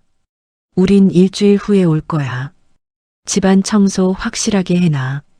알았지? 네, 어머니. 조심히 다녀오세요. 현관문이 닫혔습니다. 수지는 창문으로 그들이 타고 가는 고급 승용차를 멍하니 바라봤어요. 좋겠다. 나도 한 번쯤은 가족여행 가보고 싶은데. 송미란이 수진의 어깨를 토닥였습니다. 며느님 괜찮아요. 언젠가는 며느님도 가게 될 거예요. 아줌마 고마워요. 아줌마는 항상 저를 위로해 주시네요. 하지만 오순자 여사 가족이 간 곳은 하와이가 아니었습니다. 김포공항 근처에 있는 허름한 리조트였어요. 남편 한태식이 예약을 잘못해서 비행기 표가 취소되는 바람에 급히 국내로 일정을 바꾼 것이었습니다. 하지만 오순자 여사는 그 사실을 며느리와 송미란에게 알릴 생각이 전혀 없었어요. 하와이 간 척하며 일주일 동안 편하게 놀 속셈이었죠. 여기가 하와이는 아니지만 뭐 어때? 어차피 집에 있는 애들은 모르잖아. 크크. 오순자 여사는 리조트 수영장에 누워 칵테일을 홀짝이며 낄낄거렸습니다. 한편 그 무렵 서울에서는 엄청난 일이 벌어지고 있었어요. 오전 9시였습니다. 한태식의 회사인 대호건설 본사에 갑자기 주거래 은행 직원들이 들이닥쳤습니다. 대표님, 회사 부도 처리에 들어갑니다. 법원에서 회사가 망해서 문을 닫는다는 신청이 접수되었습니다. 모든 자산이 강제로 빼앗기는 압류 대상입니다. 뭐라고요? 무슨 소리를 하는 거야? 한태식은 얼굴이 하얗게 질려버렸습니다. 사실 대호건설은 이미 한 달 전부터 자금난에 시달리고 있었어요. 그런데 갑자기 큰 돈을 빌려준 주거래 은행이 대출을 회수하겠다고 나선 것이었습니다. 도대체 무슨 일이야? 왜 갑자기 이러는 거야? 송미란 회장님 지시입니다. 더 이상 대출을 연장할 수 없다고 하셨습니다. 송미란? 그게 누구야? 한태식은 고개를 갸우뚱했습니다. 생전 처음 듣는 이름이었거든요. 바로 그 순간 대호건설 로비에 고급 양복을 입은 여성이 들어섰습니다. 머리를 단정하게 올린 채 선글라스를 낀 그녀는 카리스마 넘치는 걸음걸이로 안으로 들어왔어요. 그 뒤로는 검은 정장을 입은 비서 2명이 따라왔습니다. 저기 오시는 분이 송미란 회장님이십니다. 은행 직원이 고개를 숙이며 말했어요. 한태식은 고개를 돌렸습니다. 그리고 그 순간 그는 자신의 눈을 의심했어요. 저 여자 우리 집 파출부 아냐? 송미라는 선글라스를 벗었습니다. 그 눈빛은 지금까지 한 번도 본 적 없는 차갑고 날카로운 눈빛이었어요. 안녕하세요, 한태식 대표님. 아니, 이제 곧 전 대표님이라고 불러야겠네요. 송미란의 입가에 비웃음이 번졌습니다. 당신, 도대체 누구야? 궁금하세요? 그럼 집에 가서 직접 확인해 보시죠. 아, 참. 집도 이제 당신 것이 아니에요. 서초동 빌라, 오늘부터 법원이 강제로 빼앗는 압류 들어갑니다. 한태식은 그 자리에 주저앉고 말았습니다. 그 소식은 곧바로 리조트에 있던 오순자 여사에게 전달되었습니다. 여보, 큰일 났어. 회사가 부도 났대. 집도 압류됐대. 전화를 받은 오순자 여사는 얼굴이 사색이 되어버렸어요. 뭐라고? 그게 무슨 소리야? 당장 집으로 가야 해. 오순자 여사 가족은 황급히 짐을 싸서 차를 몰았습니다. 하와이는커녕 제대로 하루도 못 쉬고 쫓겨나듯 돌아온 셈이었죠. 집에 도착한 오순자 여사는 대문 앞에 붙어 있는 빨간 압류 딱지를 보고 기절할 뻔했습니다. 이게 대체 무슨 일이야? 그때 집안에서 수진과 송미란이 나왔습니다. 오순자 여사는 송미란을 보자마자 손가락질을 하며 소리쳤어요. 너, 내가 뭘 한 거야? 내가 우리 집을 망쳤어. 송미란은 태연하게 웃었습니다. 제가 뭘 했다고요? 저는 그저 파출부일 뿐인데요. 거짓말하지 마. 은행 사람들이 내 이름을 댔어. 송미란은 천천히 가발을 벗었습니다. 그리고 코트 안에 입고 있던 고급 정장 재킷을 드러냈어요. 그래요. 제가 바로 송미란입니다. 미란 그룹 회장이자 수진이의 친엄마죠. 그 말에 오순자 여사와 한태식은 입을 딱 벌리고 말았습니다. 수진도 놀라 뒷걸음질을 쳤어요. 엄마, 엄마라고요? 송미라는 수진을 향해 따뜻한 눈빛을 보냈습니다. 그래, 수진아. 나야. 내 엄마야. 25년 만에 찾았어. 수진의 눈에서 눈물이 주르륵 흘러내렸습니다. 오순자 여사는 정신을 차리고 다시 악을 썼어요. 말도 안 돼. 내가 회장이라고? 거짓말하지 마. 그때 주차장에서 검은색 고급 수입차 마이바흐가 천천히 다가왔습니다. 비서가 내려 송미란에게 공손히 인사했어요. 회장님, 준비되었습니다. 오순자 여사는 그 광경을 보며 다리에 힘이 풀렸습니다. 이럴 수가. 정말 회장이었어? 송미란은 차갑게 웃었습니다. 이제 믿으시나요? 그동안 제 딸에게 한 짓 똑똑히 기억하고 계시죠? 오순자 여사는 그 자리에 털썩 주저앉고 말았습니다. 송미란의 복수가 이제 막 시작되었습니다. 송미란은 수진의 손을 잡고 차에 올라탔습니다. 수진아, 이제 엄마랑 가자. 다시는 이런 곳에서 살지 않아도 돼. 수진은 엄마의 품에 안겨 펑펑 울었어요. 엄마, 정말 엄마야?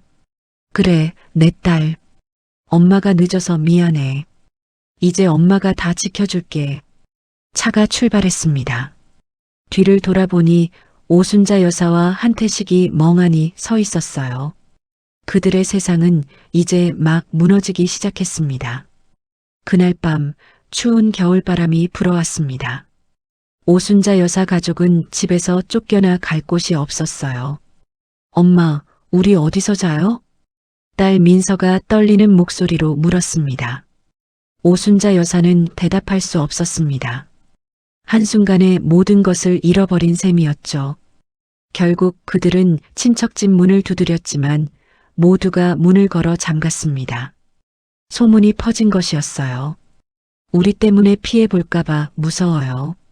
돌아가세요. 한겨울 추위 속에서 오순자 여사 가족은 갈 곳을 잃고 거리를 헤맸습니다. 과연 그들은 어떻게 될까요? 그리고 수진과 송미란의 재회는 어떻게 이어질까요? 그날 오후 3시였습니다. 송미란은 수진을 데리고 검은색 고급 수입차 마이바흐에 올랐어요. 차가 출발하자 수진은 창밖을 멍하니 바라봤습니다. 아직도 믿기지 않았거든요. 엄마, 정말 엄마예요? 송미란은 수진의 손을 꽉 잡았습니다. 25년 만에 잡아보는 딸의 손이었어요. 그래, 수진아. 엄마야. 내가 아기였을 때 빼앗긴 이후로 단 하루도 너를 잊은 적이 없었어. 송미란의 눈에서 눈물이 주르륵 흘러내렸습니다. 수진도 엄마의 품에 안겨 펑펑 울었어요. 평생 그리워했던 엄마의 품이었습니다. 차는 강남 한복판에 있는 고층 아파트 꼭대기층 펜트하우스에 도착했습니다. 엘리베이터 문이 열리자 눈앞에 펼쳐진 광경에 수진은 입을 다물지 못했어요. 통유리창 너머로 한강이 한눈에 내려다 보였습니다. 넓은 거실과 고급스러운 가구들, 마치 드라마에서나 볼 법한 집이었죠. 여기가 어디예요? 우리 집이야. 이제부터 너도 여기서 살 거야. 송미라는 수진을 안방으로 안내했습니다. 방 안에는 새 옷들이 가득 준비되어 있었어요. 엄마가 내 치수 맞춰서 미리 준비해뒀어. 이제 편하게 쉬렴. 수진은 그 모든 게 꿈만 같았습니다. 침대에 누우니 구름 위에 누운 것처럼 푹신했어요. 평생 처음으로 편안한 잠을 잘 수 있을 것 같았습니다. 그날 저녁 송미라는 서재에 앉아 비서에게 지시를 내렸습니다. 내일 아침 9시 오순자 여사네 집에 법원 집행관 보내. 집안에 있는 모든 물건 압류해. 명품 가방부터 가구까지 전부 가져가. 알겠습니다, 회장님. 그리고 진우 다니는 회사에 연락해. 미란그룹이 주요 거래처니까 압력 넣으면 될 거야. 내일까지 해고 처리해. 바로 진행하겠습니다. 송미란의 눈빛은 차갑게 빛났습니다. 복수는 이제 막 시작되었어요. 다음 날 아침 9시였습니다. 오순자 여사는 지인 집 소파에서 겨우 잠을 청했다가 깼어요. 몸은 찌뿌둥하고 머리는 지끈거렸습니다. 그런데 갑자기 휴대폰이 울렸어요. 여보세요? 사모님, 저 경비실인데요. 법원 집행관이 오셨다는데요. 뭐? 법원 집행관? 오순자 여사는 급히 집으로 달려갔습니다. 집 앞에는 이미 법원 트럭이 대기하고 있었어요. 집행관들이 집 안으로 들어가 물건을 하나하나 확인하고 있었습니다. 이게 무슨 짓이에요? 당장 멈춰요. 오순자 여사가 소리쳤지만 집행관은 차갑게 대답했어요. 법원 명령입니다. 채무 변제를 위해 모든 물건을 강제로 빼앗는 압류합니다. 안 돼요. 저 가방은 2천만 원짜리예요. 저 소파는 수입품이라고요. 하지만 집행관들은 아랑곳하지 않고 물건을 옮겼습니다. 명품 가방들이 하나씩 박스에 담겼어요. 고급 가구들도 트럭에 실렸습니다. 오순자 여사는 그 광경을 보며 주저앉아 울부짖었어요. 안 돼. 내 물건들. 그날 오후였습니다. 남편 진우가 회사에서 쫓겨났다는 소식이 들려왔어요.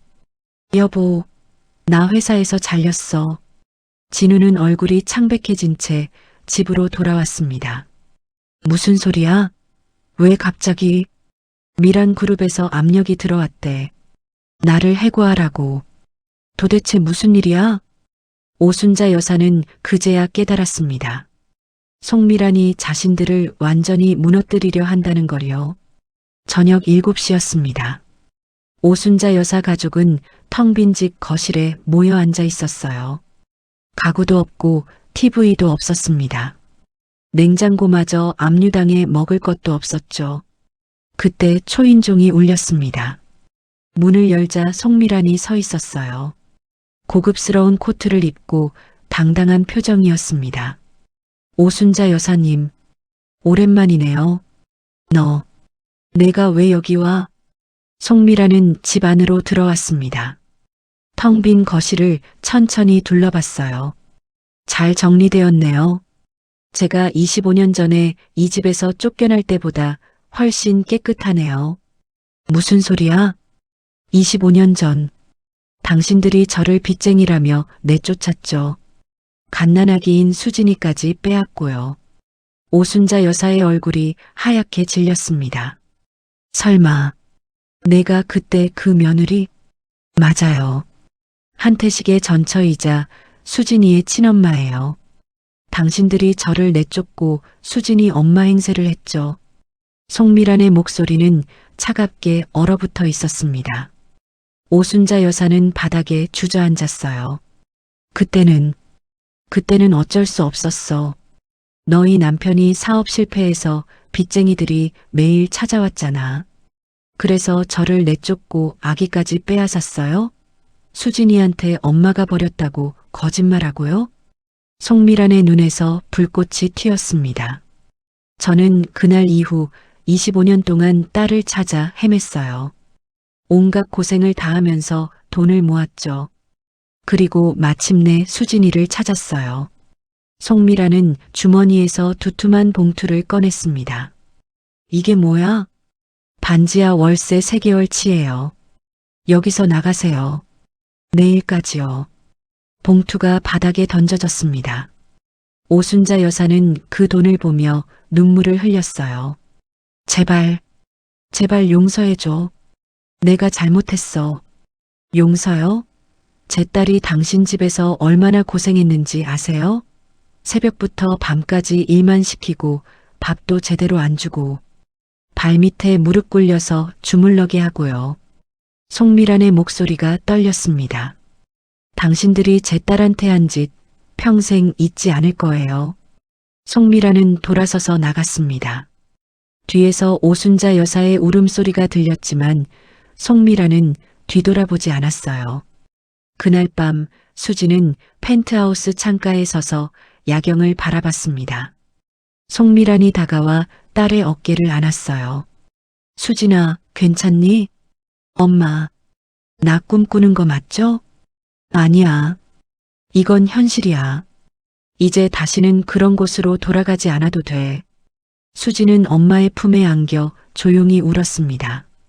평생 처음으로 느껴보는 안정감이었어요. 이제야 진짜 집에 온 것 같았습니다. 밤하늘의 별들이 반짝이고 있었어요. 수진의 긴 악몽이 드디어 끝나고 있었습니다. 과연 오순자 여사 가족은 어떻게 될까요? 그리고 수진의 앞으로의 삶은 어떻게 펼쳐질까요? 송미란의 복수가 완료된 지 1년이 흘렀습니다. 오순자 여사 가족의 삶은 완전히 바뀌어 있었어요. 반지하 월세방이었습니다. 좁고 어둡고 습한 곳이었죠. 오순자 여사는 앞치마를 두르고 청소 도구를 들고 있었습니다. 체인점 프랜차이즈 카페 청소 아르바이트를 시작한 지 1년째였어요. 휴, 허리야. 무릎을 짚고 일어서는 모습이 초라했습니다. 한때는 며느리를 바닥에 무릎 꿇렸던 그녀였는데 이제는 자신이 남의 집 바닥을 닦고 있었죠. 시아버지 한태식은 건설 현장에서 막노동을 했습니다. 벽돌을 나르고 시멘트를 섞는 일이었어요. 아이고 힘들어. 땀을 뻘뻘 흘리며 일하는 모습은 과거의 위풍당당한 건설사 대표의 모습이 아니었습니다. 시누이 민서는 편의점 야간 알바를 했어요. 밤 11시부터 아침 7시까지 근무했습니다. 어서 오세요. 무기력한 목소리로 손님을 맞이했습니다. 한때는 명품 가방을 들고 다니던 그녀였는데 이제는 편의점 유니폼을 입고 있었죠. 남편 진우는 택배 배송 일을 했습니다. 하루에 200개가 넘는 택배를 날랐어요. 무거워.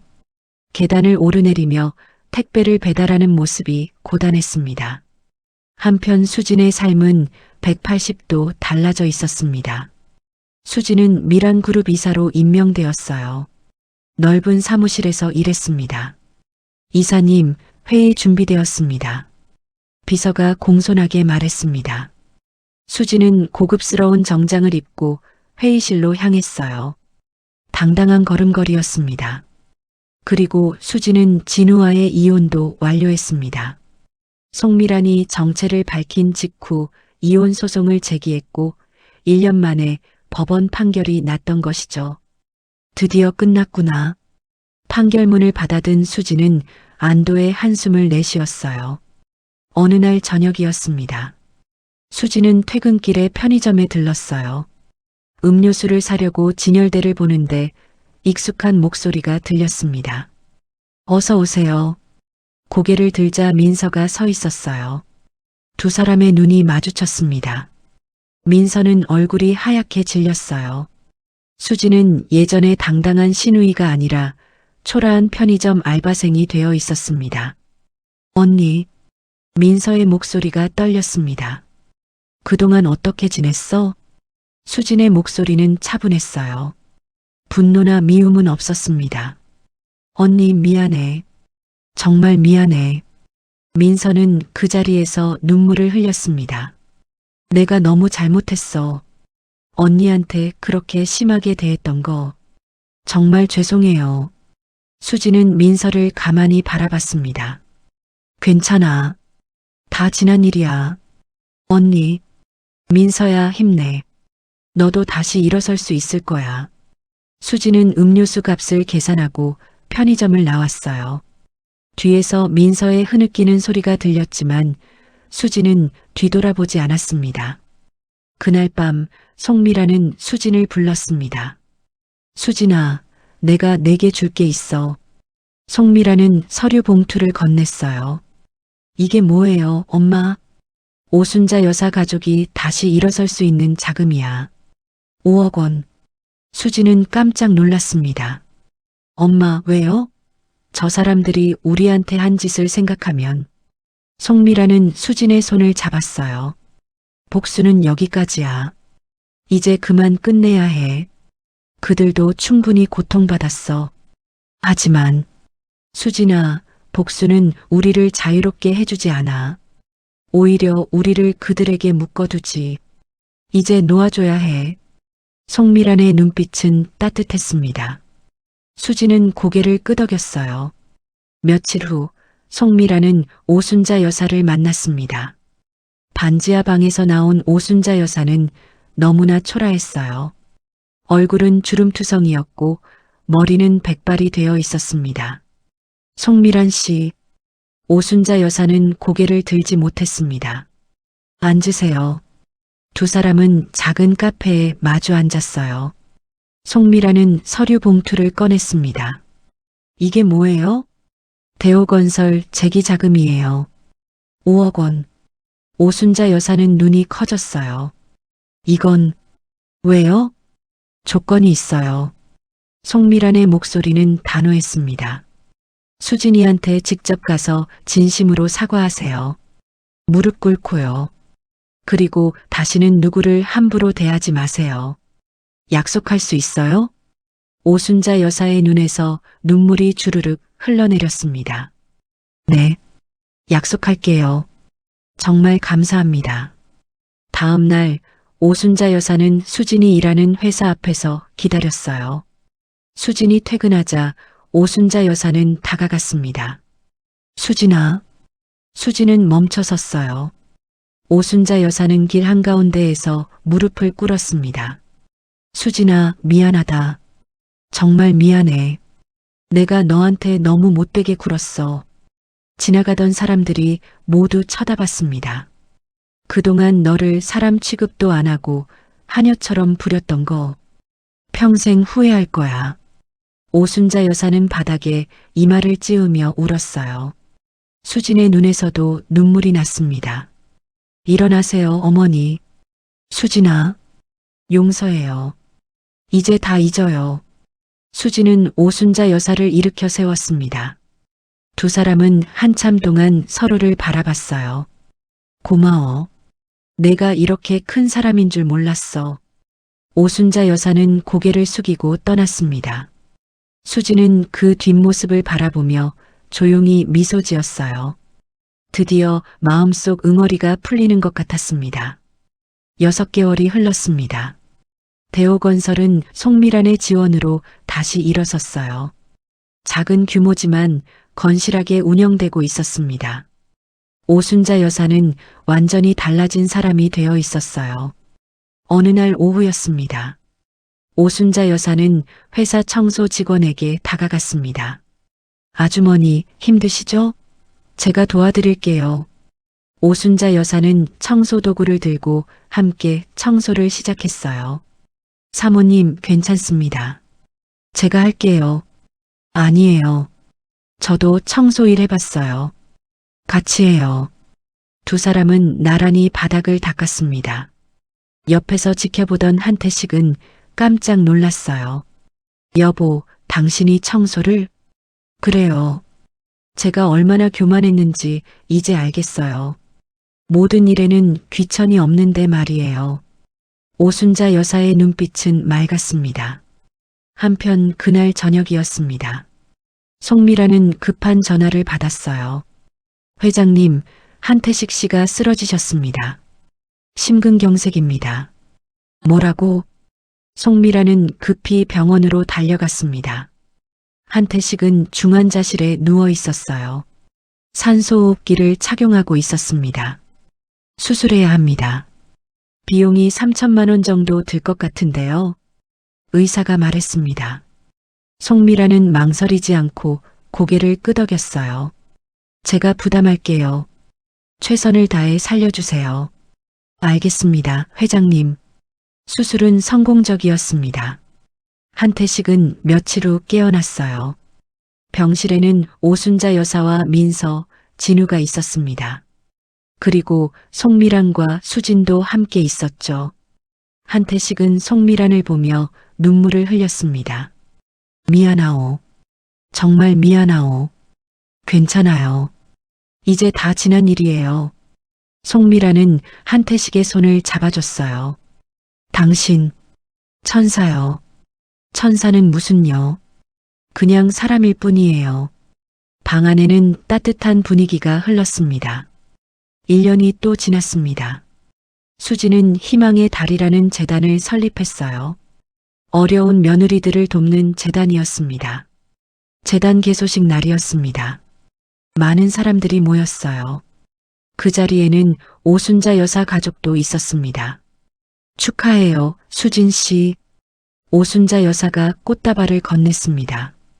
감사합니다, 어머니. 두 사람은 포옹했어요. 진심이 담긴 포옹이었습니다. 몇 달이 흘렀습니다. 수지는 재단 사무실에서 일하고 있었어요. 그때 비서가 들어왔습니다. 이사님, 기부 상담건으로 오신 분이 계십니다. 들어오시라고 하세요. 문이 열리고 한 남자가 들어왔습니다. 30대 후반쯤 되어 보이는 단정한 인상의 남자였어요. 안녕하세요. 강민준이라고 합니다. 반갑습니다.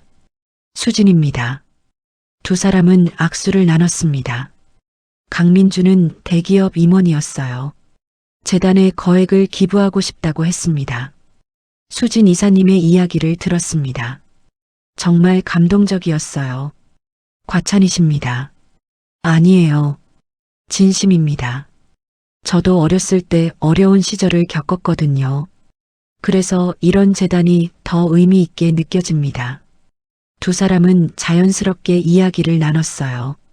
대화가 잘 통했습니다. 다음에 또 뵐 수 있을까요? 강민준이 조심스럽게 물었습니다. 수지는 미소 지으며 고개를 끄덕였어요. 네, 좋아요. 그날 저녁 수지는 송미란에게 말했습니다. 엄마, 오늘 좋은 사람을 만났어요. 그래, 누구인데? 강민준이라는 분이에요. 재단에 기부하러 왔는데 이야기가 잘 통해서요. 송미라는 딸의 얼굴을 보며 미소 지었어요. 얼굴이 환해졌네. 좋은 사람 같구나. 네, 엄마. 뭔가 편안한 느낌이었어요. 송미라는 딸의 손을 잡았습니다. 수진아, 이제 행복해도 돼. 내가 행복한 게 엄마의 소원이야. 엄마, 고마워요. 두 사람은 포옹했어요. 에필로그 5년 후, 봄날이었습니다. 벚꽃이 흐드러지게 핀 날이었어요. 수진과 강민준의 결혼식이 열렸습니다. 수진은 하얀 웨딩드레스를 입고 있었어요. 너무나 아름다웠습니다. 송미란이 딸의 면사포를 씌워줬습니다. 예쁘다, 내 딸. 엄마. 수진의 눈에서 눈물이 났어요. 울지 마. 화장 번져. 네, 엄마. 결혼식장에는 많은 하객들이 모였습니다. 오순자 여사 가족도 왔어요. 그들은 수진을 보며 진심으로 축하했습니다. 수진아, 행복해라. 오순자 여사가 말했습니다. 감사합니다, 어머니. 민서도 다가왔어요. 언니, 정말 축하해. 너무 예뻐. 고마워, 민서야. 결혼 행진곡이 울려 퍼졌습니다. 수지는 송미란의 팔을 잡고 버질로드를 걸었어요. 강민준이 재단 앞에서 기다리고 있었습니다. 송미란은 수진의 손을 강민준의 손에 올려놨어요. 우리 딸 잘 부탁합니다. 그럼요, 장모님. 평생 행복하게 해드릴게요. 강민준이 활짝 웃었습니다. 피로연 자리에서 수지는 하객들에게 인사했어요. 오늘 와주신 모든 분들께 감사드립니다. 저는 정말 행복합니다. 수진의 목소리는 떨렸습니다. 제가 이렇게 행복해질 수 있는 날이 올 줄 몰랐어요. 모두 엄마 덕분입니다. 수진은 송미란을 바라봤어요. 엄마 사랑해요. 나도 사랑한다. 내 딸. 두 사람은 포옹했습니다. 해가 저물었습니다. 붉은 노을이 아름다웠어요. 수지는 강민준과 함께 손을 잡고 걸었습니다. 행복해? 강민준이 물었어요. 응, 너무 행복해. 수지는 미소 지었습니다. 하늘에는 별들이 반짝이기 시작했어요. 수진의 긴 여정이 드디어 행복한 결말을 맞이했습니다. 송미라는 딸의 뒷모습을 바라보며 혼잣말을 했어요. 행복해라, 내 딸. 엄마의 복수는 내 행복을 위한 거였어. 이제 모든 게 끝났어. 송미란의 얼굴에 평온한 미소가 번졌습니다. 복수는 끝났지만 사랑은 계속되고 있었어요. 오순자 여사도 멀리서 수진을 바라봤습니다. 수진아, 정말 미안했어. 그리고 고마워. 내가 나를 용서해줘서. 오순자 여사의 눈에서도 눈물이 났습니다. 그날 밤 모든 것이 평화로웠습니다. 수진은 새로운 삶을 시작했어요. 강민준과 함께 행복한 가정을 꾸려갈 것입니다. 송미라는 딸이 행복한 모습을 보며 만족스러워했어요. 오순자 여사도 과거를 반성하며 새로운 사람으로 살아가고 있었습니다. 복수와 용서, 그리고 새로운 시작. 이 모든 것이 하나로 어우러진 아름다운 결말이었습니다. 진짜 행복은 복수가 아니라 용서에서 옵니다. 그리고 새로운 시작은 언제나 우리 곁에 있습니다. 오늘 준비한 이야기는 여기까지입니다. 오늘의 이야기가 당신의 마음에 작은 울림을 드렸다면 앞으로도 당신의 나날에 잔잔한 위로가 될 이야기들로 찾아뵐 수 있도록 구독과 좋아요를 눌러주세요. 그리고 사연의 주인공을 위한 따뜻한 말씀도 댓글로 부탁드립니다. 당신의 오늘을 늘 응원합니다. 바람 같은 이야기였습니다.